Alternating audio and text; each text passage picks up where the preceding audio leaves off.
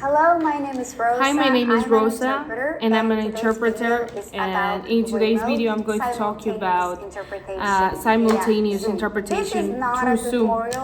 This is not going to be a tutorial about what you should do. It is a video about the things I will have liked to know before starting in this job. In the last few months, To some context, I've been working.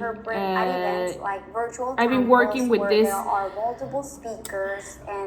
with this platform for some conferences of from dozens to hundreds of people, but it is completely different from interpreting for a course. If you'll be using the simultaneous interpretation feature. Prior to most events, if you'll be used there would apply regardless of the type of event. But most things I'll share would apply regardless of the type of event. If you'll be using most of the things I will say will apply also to some other type of conferences. Where organizers make sure everyone knows how to normally prior to the event, the company that hire you is going to do a tech call that is going to be for confirm that everyone knows how Zoom works and to check the audio quality and that everything is working well before the conference starts. It is not necessary to tell everything about you to the client. It is just a brief presentation, just something so they know that everything is working well with the audio and video. Names and bios of the speakers, the event's agenda, poll question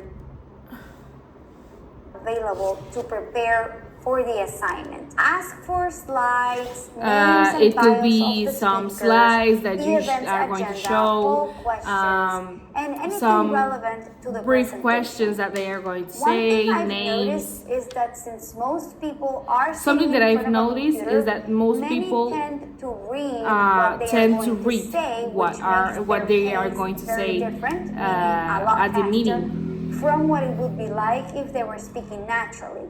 So also ask if they could send you whatever you can also ask if they can send but I still ask. Check with the client all the texts that they have previous to the conference, so you can read something and be a little bit more. But I still ask. Check with the client. You can be a little bit more your point of contact during the event and ask for their you name, can know email, what they are phone going to number talk about in case you run into issues. Also, who will be your point of contact during the event and ask also for you their name, need to ask who's going to be your contact through the whole conference. If any issues occurs during the meeting, you need to contact someone so they can fix it. In my experience, my clients prefer that only in my speakers experience, have their cameras some clients on, have so it's always good that only speakers have their cameras on. So it's always in my good to experience, ask. most of my clients just need the client's camera to be on, so it will be just the use of your audio. Myself as Spanish interpreter dash. Don't want me on video. I like to remove my profile picture from Zoom, and I rename myself as Spanish interpreter dash my name.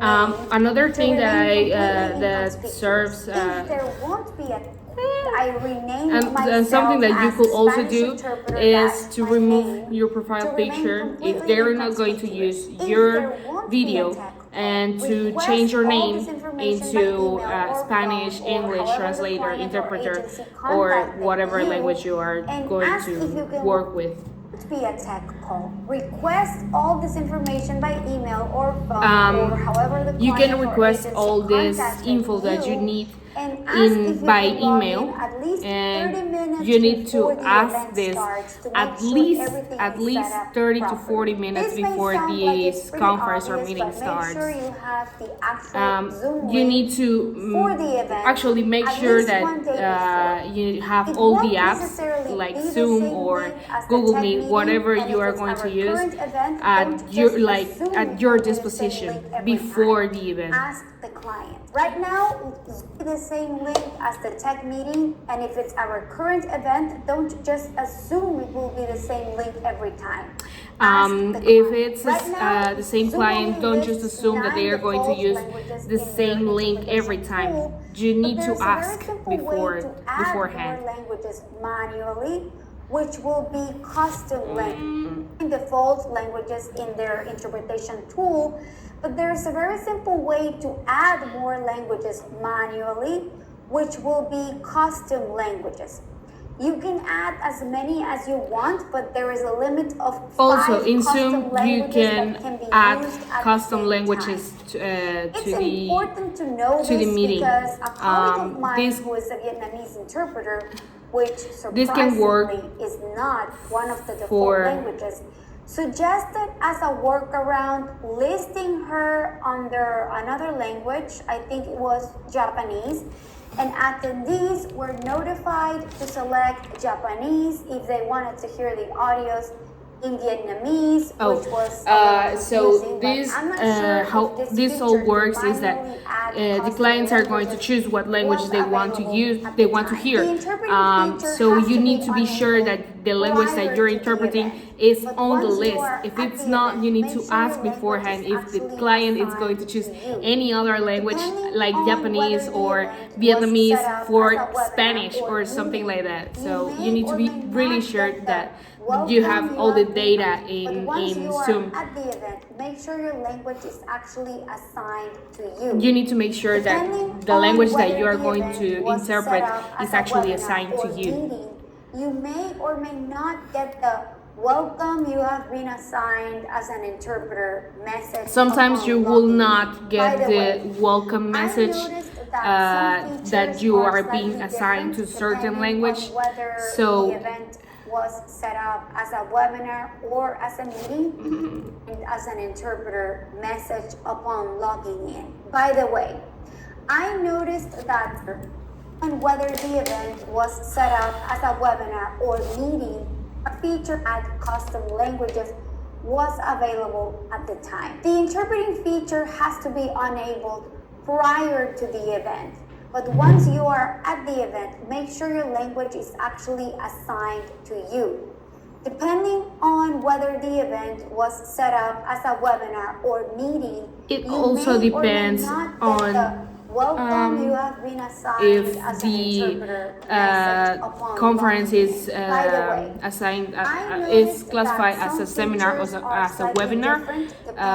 So this can change between both of these settings. So keep that some features are slightly different depending on whether the event also some features can change between these two conference types. As soon as they assign my language, they can't hear me in the main channel, even if I select it. So now I've learned that this is one of the things I have to check with the client. I've learned that some types of errors or mistakes that occurs in this kind of conferences that the client cannot hear you talking, interpreting through the channel that has been assigned to you. So in case they want me to make any announcements in the main channel, you will only be able to hear audio from the main channel, but people who tune into yours will be able to hear you at 80% volume, and even if I select it. So now I've learned that this is one of the things I have to check with the client before the event starts. So you need to make sure to chat all this beforehand with the client. In the main channel, you will only be able to hear audio from the main channel. You are going, the client's only going to be able to hear you at 80% volume, but in the main channel you are going to hear it pretty well. The original audio if they prefer. For relay, tune into yours will be able to hear you at 80% volume and the main speaker at 20% volume by default, but they can choose to mute the original audio if they prefer. So the client needs to be sure that the volume of your channel is set up to 80 and the main channel is at 20%, but they can mute you or mute the main channel whatever they want. So you can join as an attendee and select the language channel that will be your source. If you're working with a colleague as a team, you need to come up with a system to communicate another with tip each other is that if you're working with someone else as interpreter from the same language, you need to be contacted with them beforehand. So you need to be communicating constantly beforehand and through the whole call. At the same time. Speaking of which, as if focusing on simultaneous interpretation and then enough, focusing on simultaneous interpretation, you need to be aware of the chat. This is something that has brought me some trouble before, because who need interpretation miss out on information posted you sometimes in the chat can miss out some information that is being sent at the chat. So another important thing to bring up that is another important thing that you need to talk with your client. Is the chat going to be working through the call? Who is going to handle the chat? What type of information they are going to be sending there, or it can be overlooked. And finally, so you don't miss out any info. Rooms in your event, confirm the logistics. And to finish, you need to can be overlooked. And finally, if there will be breakout rooms in your event, confirm the logistics. To finish, the last thing that you need to check is the breakout rooms, because it tends to get a little messy when all these people split into these break rooms, and the people that is in the call don't really know what are they supposed to do there. So interpreting in the breakout room, what participants will people don't know what they're supposed to do, and in my experience, it just turns into a hot mess. Confirm if you will be actively interpreting. That's why you need to confirm if you're going to be interpreting in certain breakout room, and if they are going to use the breakout rooms, and how and when you are going to be in those breakout rooms.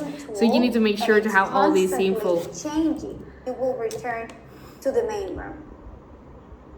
Please bear in mind that this is a relatively new tool. You need to keep in mind that this information that I'm giving you can change at any moment, because the platforms change constantly. So this is just a video for some tips. I hope this can help you know what questions to ask, for some things that you know what questions to ask beforehand, and some things that can actually be helpful for you before starting in this field of interpreting. That is going to be everything. Thank you.